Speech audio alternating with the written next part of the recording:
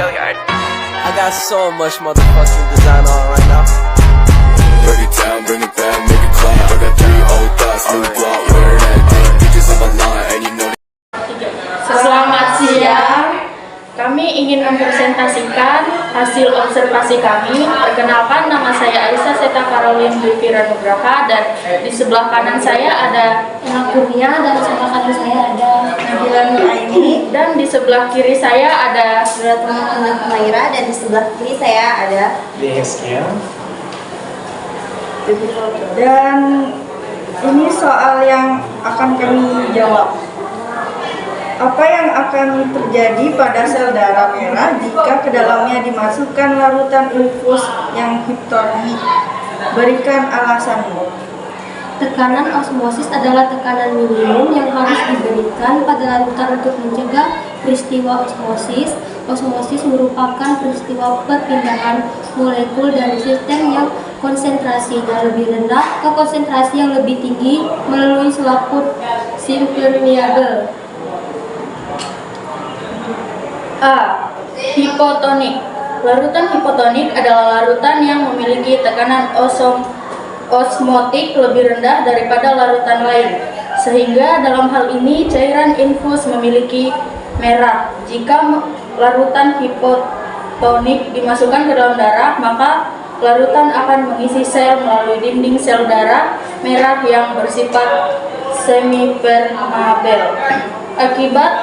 Akibatnya, sel darah merah akan mengembang, pecah, dan terjadi hemolisis yang merupakan pecahnya membran eritrosit, sehingga hemoglobin besar di dalam medium dapat bebas dan berada di sekelilingnya.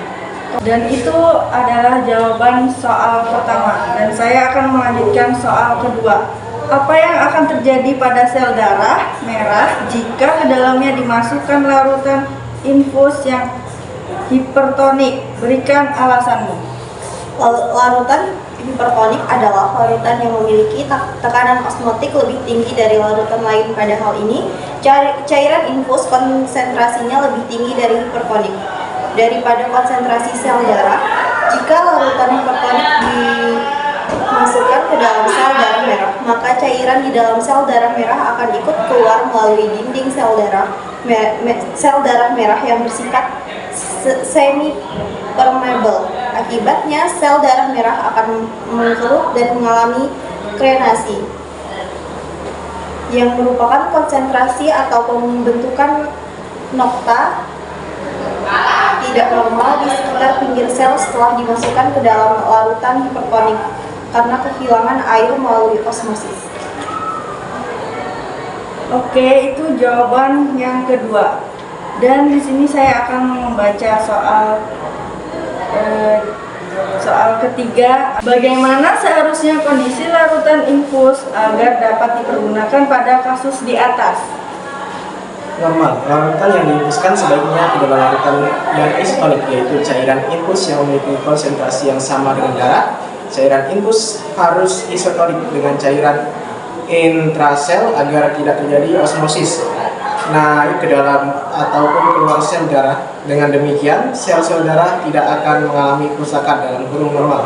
Kondisi isotonik adalah ketika tekanan osmotik pada cairan infus sebesar 7,46 atm. Terima kasih. Oke, sekian dari kami.